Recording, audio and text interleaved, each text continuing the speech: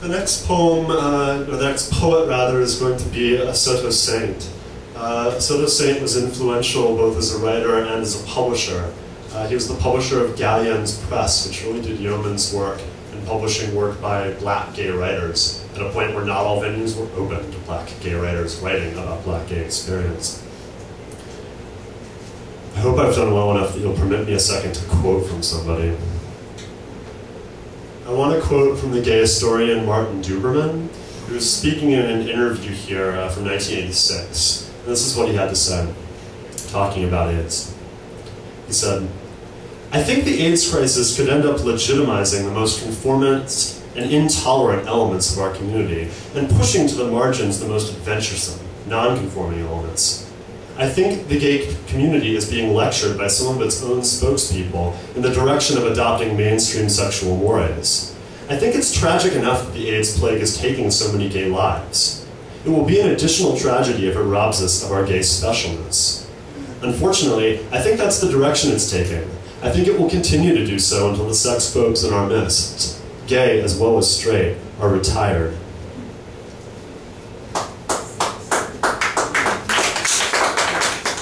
Both before and after the AIDS crisis began, there have been voices that accuse gay men in who they have sex with, in the ways that they have sex, in the enjoyment that they take from sex. There are voices accusing gay men of immorality and of frivolousness. And I completely scorn the notion that because of who gay men love, that there should be any reason, AIDS or any other, for gay men to apologize for their love of sex and for their love of the body. I reject it. I completely do not understand how that can be.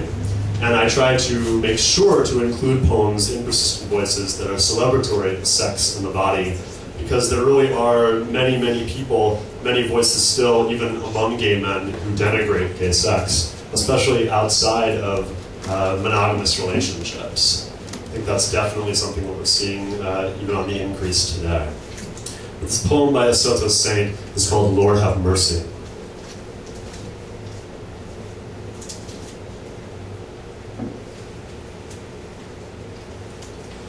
Manacled on a cross of purple, leather pillows puffed with lamentations, buffed by the sweat of strapped angels, straddled through infernal nights of rites, savage souls salvaged.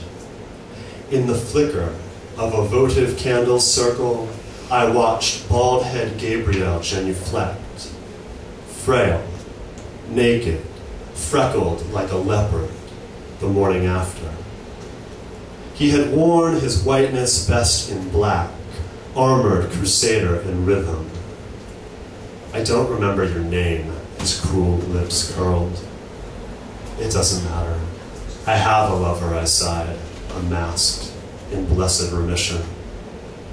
Like a priest, he kissed, then uncuffed my feet.